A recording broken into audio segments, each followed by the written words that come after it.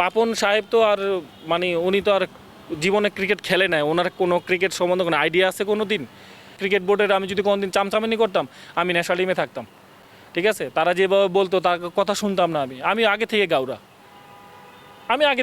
আমার সবচেয়ে বড় অ্যাডভান্টেজ হলো আমার পারফরমেন্স। আমি যদি পারফরমেন্স ভালো করি আমাকে রাখবেন, ভালো না করলে আমাকে রাখবেন না, আমি নিজেও বুঝতেছি।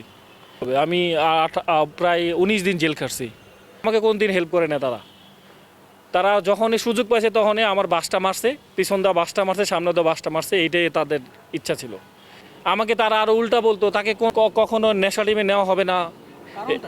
ওই যে আমি অনেক বড় একটা ফেলছি, ঠিক আছে, হ্যাঁ, দেশের অবস্থা খুব খারাপ করে ফেলছি।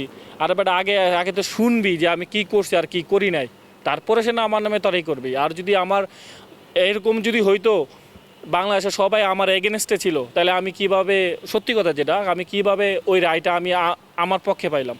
আমি কখনো ক্রিকেট বোর্ডকে পাশে পাই নাই। ওই সময় আমাকে একটু হেল্প করে নেয় তারা, মানে হেল্প করব কিভাবে? আমি প্রায় 19 দিন জেল খাটছি। তো আমাকে যদি ক্রিকেট বোর্ড কোনো কারণ ছাড়াই এখন মিডিয়াতে বের করছে, তারা বের করছে, সব কিছু বের করছে, মিডিয়াতে আসছে, এটা নিয়ে অনেক বড় কিছু হয়ে গেছে গা। সবচেয়ে বড় কথা, সেলিব্রিটি একটা নিউজ চলে আসলে না, এটা অনেক বড় কিছু। আজকে আপনি আমার নামে একটা বাজে নিউজ করবেন, 10 জায়গায় এই নিউজটা যাবে, 10 জায়গায় এটা প্রচার হবে, এটা অনেক বড় কিছু হয়ে যাবে গা। তো মানুষটা তো আগে তো দেখতে হবে যে এই জিনিসটা কে করছে, ঠিক তাই না? ওই সময়টা দিতে হবে। তারা ওই সময় না দেখে আমাকে তারা আজীবনের জন্য সাসপেন্ড করে দেয়, নিষিদ্ধ করে দেয়। এটা হলো ক্রিকেট বোর্ডের একটা বাজে একটা সিদ্ধান্ত ছিল ওই সময়, ওই সরকারের সময়। কারণ পাপন সাহেব তো আর মানে উনি তো আর জীবনে ক্রিকেট খেলে নাই, ওনার কোনো ক্রিকেট সম্বন্ধে কোনো আইডিয়া আছে কোনো দিন? তাই না? না ওনার আশেপাশে যে লোকজন ছিল যেগুলা, ঠিক আছে, ওগুলার কোনো আইডিয়া ছিল না তাদের হলো কেমনে লুট করব ক্রিকেট বোর্ডে, কেমনে থাকবো ক্রিকেট বোর্ডে, কেমনে প্লেয়ারদেরকে আপনার মানে মারবো পিছন দেওয়া বাস, ওটা হলো ইম্পর্টেন্ট। কারণ আমার লাইফে আমি কোনো দিন দেখি নাই কোনো ক্রিকেট বোর্ডে যে 11 জন কন্ট্রাক্টের প্লেয়ার থাকে। কোনো দিন শুনছেন কোনো ক্রিকেটার বা কোনো ক্রিকেট বোর্ডে অ্যাসোসিয়েশনে শুনছে কোনো দিন যে শুধু ন্যাশনাল টিম প্লেয়ার 11 জন থাকবে কন্ট্রাক্টেড প্লেয়ারে? তারা এই সিস্টেম করছে, টাকা বাড়তেছে, তাগো সমস্যা, তারা চুরি করতে কম পারবে, কথা বলছেন। আমি স্ট্রেট ফরওয়ার্ড কথা বলি ভাই, আমাকে কোন দিন হেল্প করে না তারা যখনই সুযোগ পাইছে তখনই আমার বাসটা মারছে, পিছন দেওয়া বাসটা মারছে, সামনে দেওয়া বাসটা মারছে, এইটাই তাদের ইচ্ছা ছিল।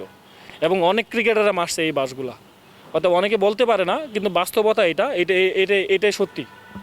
কোনো কিছু পাই না ভাই, ওনাকেও কথা বলে লাভ নাই প্লিজ। ওনাকেও চ্যাপ্টার বাদ দিয়ে দিছি। ওনারা কোনো দিন হেল্প করে না, শুধু নান্নু ভাই না, আরেকজনও ছিল, সুমন ভাই ছিল, ঠিক আছে, কেউ হেল্প করে নাই আমাকে কোনো একটা ক্যাম্পেও তো রাখতে পারতো তারা। একটা বোলিং ক্যাম্পে ছিল চাম্পাকারা, এখানে অনেকগুলো এইচপি ক্যাম্প ছিল, বোলিং ক্যাম্প ছিল, একটা ক্যাম্পে যদি রাখতো, একটা ক্যাম্পও তো রাখে নাই। আমাকে তারা আরও উল্টা বলতো তাকে ওরা কখনো ন্যাশনাল টিমে নেওয়া হবে না। ওই যে আমি অনেক বড় একটা মার্ডার করে ফেলছি, ঠিক আছে, হ্যাঁ, দেশের অবস্থা খুব খারাপ করে ফেলছি। আর এবার আগে তো শুনবি যে আমি কি করছি আর কি করি নাই, তারপরে সে না আমার নামে তরাই করবি। আর যদি আমার এরকম যদি হইতো বাংলাদেশে সবাই আমার এগেনস্টে ছিল, তাহলে আমি কিভাবে, সত্যি কথা যেটা, আমি কিভাবে ওই রায়টা আমি আমার পক্ষে পাইলাম?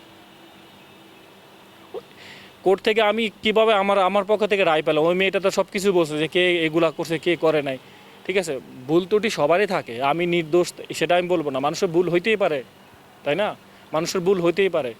ওই সময় থেকে তারা অনেক কিছু করছে ভাই, এইসব কথা আর বলতে চাচ্ছি না, কারণ এইসব কথা বললে নিজের কাছে কষ্ট লাগে, আর এগুলো বলা দরকারও নেই আমার। এখন যেহেতু ক্রিকেটে ফিরছি, দোয়া করেন যে ইনশাল্লাহ ভালো মতন খেলতে পারি। এই ভাই মানুষ বলুক ঘাউরা, যতদিন বাঁচবো সত্যি কথা বলবো, মুখের সামনে কথা বলবো, যেটা অন্যায় সেটা বলবোই, ঠিক আছে। এখানে আমি কারোর চামচামি করতে আসি না। আর আওয়ামী লীগের আমি সত্যি কথা, আমি ক্রিকেট বোর্ডের আমি যদি কোনোদিন চামচামানি করতাম, আমি ন্যাশনাল টিমে থাকতাম, ঠিক আছে। তারা যেভাবে বলতো তার কথা শুনতাম না। আমি আগে থেকে গাউরা, আমার সবচেয়ে বড় অ্যাডভান্টেজ হলো আমার পারফরমেন্স। আমি যদি পারফরমেন্স ভালো করি আমাকে রাখবেন, ভালো না করলে আমাকে রাখবেন না, আমি নিজেও বুঝতেছি, ঠিক আছে। কিন্তু তারা মানে আমার সাথে কী করছে না করছে এখন তাকে হিসাব দিতে হবে, অবশ্যই তারা দিচ্ছে এখনও। তো ওটা নিয়ে আমার কোনো সমস্যা নেই ভাই, আমি যেভাবে আছি আমি সেভাবে থাকবো, চেঞ্জ কখনো হবো না।